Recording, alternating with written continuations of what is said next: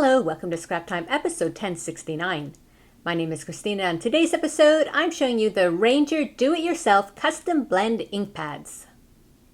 Today I am going to be showing you how to make these cards that I have here. I did the stamping with the Simon Says Stamp Falling Background stamp set. You get a heart dot, little raindrops and stars. And I did the gradation with my Distress Ink Custom Blends, and I'm going to show you how to do a custom blend ink pad in a moment. And then I just stamped a Lawn Fawn scripty saying along the bottom, and I simply just put them on a coordinating cardstock onto a white card.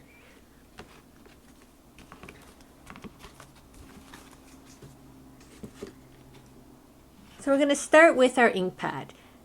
Ranger now sells these Distress Do-It-Yourself Custom Blend ink pads, and what it is an empty ink pad. There's no ink in here.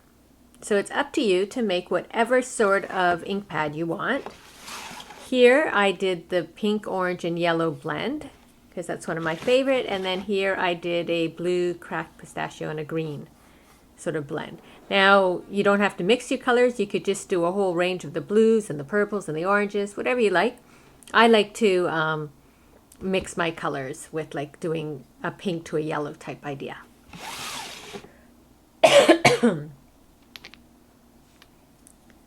So for this one, I'm going to use Seedless Preserves, Picked Raspberry, and Peacock Feathers. I might actually go purple, blue, pink, do you think? Pink, blue, purple? Probably purple, blue, pink like this I'm going to do. So it doesn't matter if I start with the pink, if I start with the purple.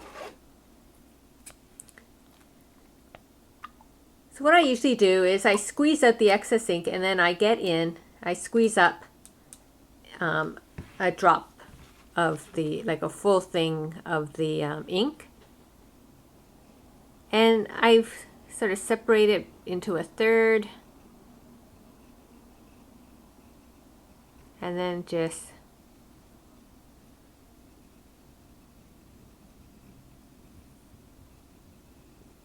now, if you did a full dropper, that's usually enough to get a lot of ink onto the ink pad. So you can see how much ink there is in there, and just sort of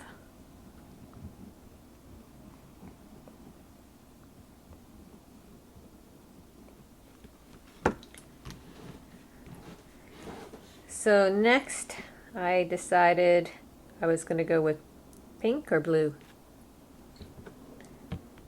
Pink? Actually,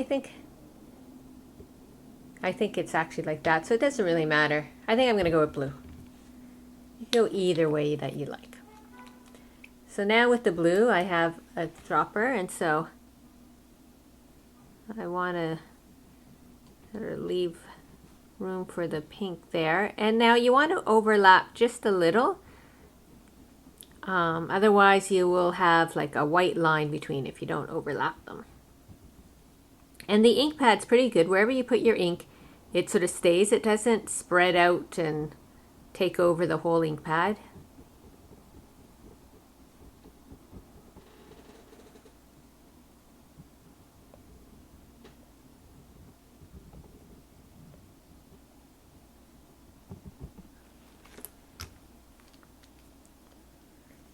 And then I'm going to do this final bit with the picked raspberry.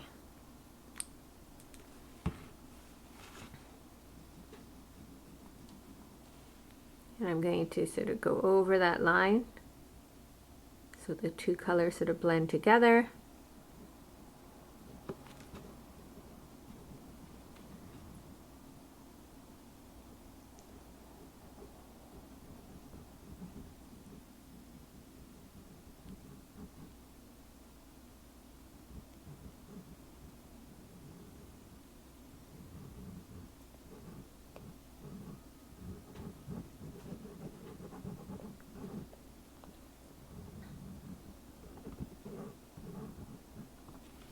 Like that.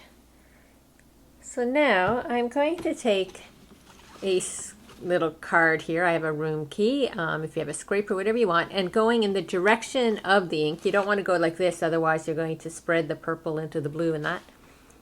We're just going to use this and just go down a couple times, and this just helps sort of push that ink into the ink pad. Like that.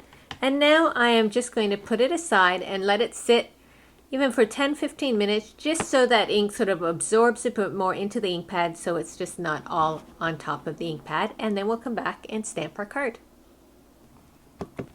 So my ink pad has had a few minutes to set and relax and get that ink in there.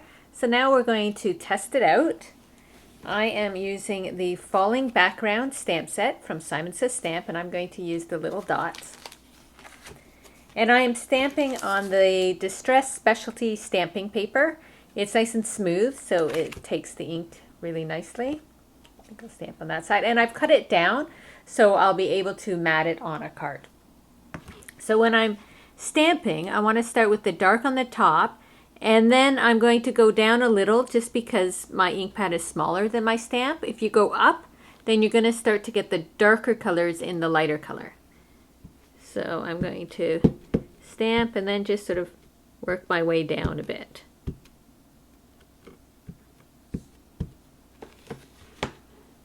Then I'm going to turn my paper sideways so I can see it.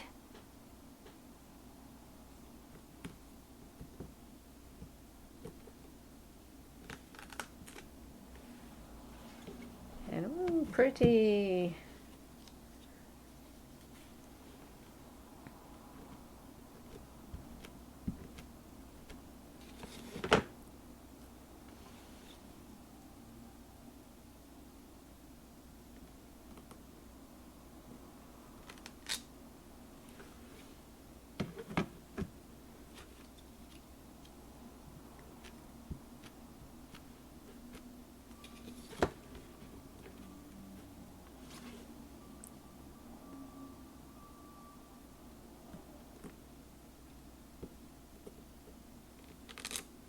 And then usually for the end, I just see if there's any little bits of ink left just to do the last.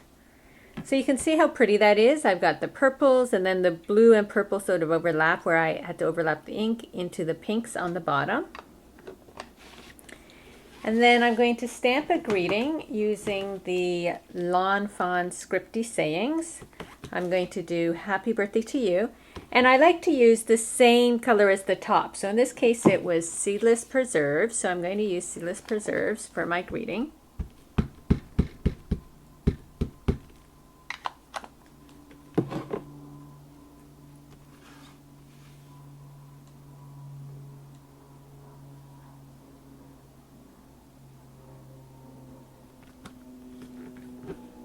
Make sure it all gets stamped there.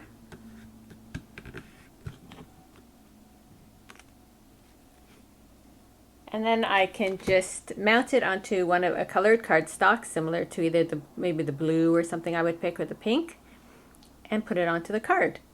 Now, one last thing I just want to talk about is the cover. So what I do is I just smoosh this onto the cover and then just swipe it a little.